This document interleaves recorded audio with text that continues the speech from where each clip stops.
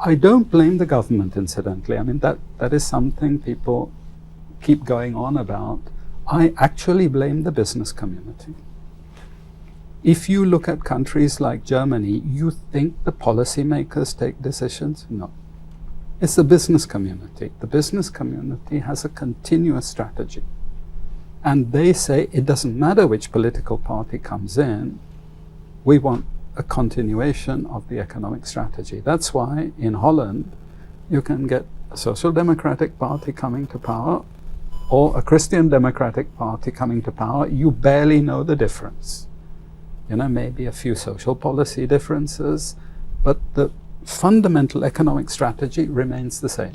I'd like to take you up on that, Dr. Howard, because something we saw at the beginning of the current administration when they came on was with the tax cuts. Now, in some parts of the media, especially, I saw a program on Al Jazeera this morning with Dr. Nishan Dimel and a few others from Sri Lanka, and I think the program starts with the introduction to the crisis, and they bring up all the externalities, the Easter attacks, the pandemic, even the Ukraine war and all of that. And then you come to, the government's policy of the tax cuts. Now, we lost something between 600-700 billion to $1 trillion in the first year and a half or 18 months of this current government. So that's a lot of government revenue that just sort of was basically, it was the regressive taxes they reduced, which everyone can agree, but the corporate taxes we had, I think by 2020 we had the lowest corporate tax in this region. So it seems to me that the business community was obviously part of the process of policy formulation. So how do you see that? Because it should have been obvious to anyone when you see a drop in revenue and you see an increase in planned development as well, because his government came in not just on, they were not saying let's cut taxes and consolidate. They were saying let's cut taxes and develop as well. So there's a... Yeah. You see, I think the problem for the business community is when you are in an environment of low growth, then you have to try and improve the bottom line in some other way.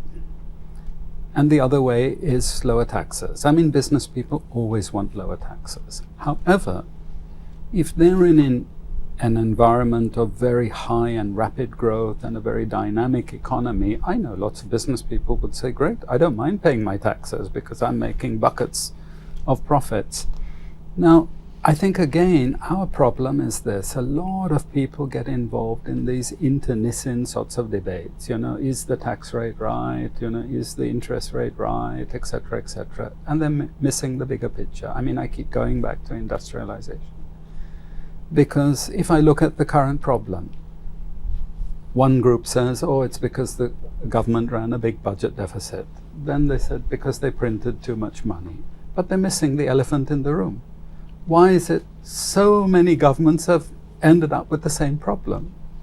In other words, it's a currency problem. What is the currency problem? We are not earning foreign exchange. Because then, let's say one government comes in, they have a lot of Western trained academics, they'll say, yes, we have to cut the budget deficit, we have to have fiscal stability and blah, blah, blah. You know, then they're also Western trained, they will say, yeah, we have to restrict increases in money supply and so on.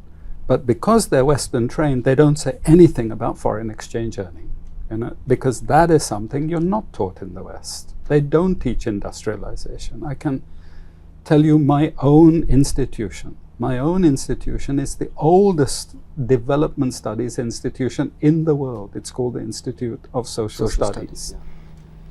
Yeah. It was set up in the early 1950s. In the early years of my institution, every department had the title industrialization. So it was industrialization and planning and policy planning, industrialization and gender, industrialization and law, industrialization and labor studies. By the 1970s, the word industrialization had disappeared because Europe had industrialized. Japan had industrialized, but they don't want anyone following down that road. So they don't teach you that.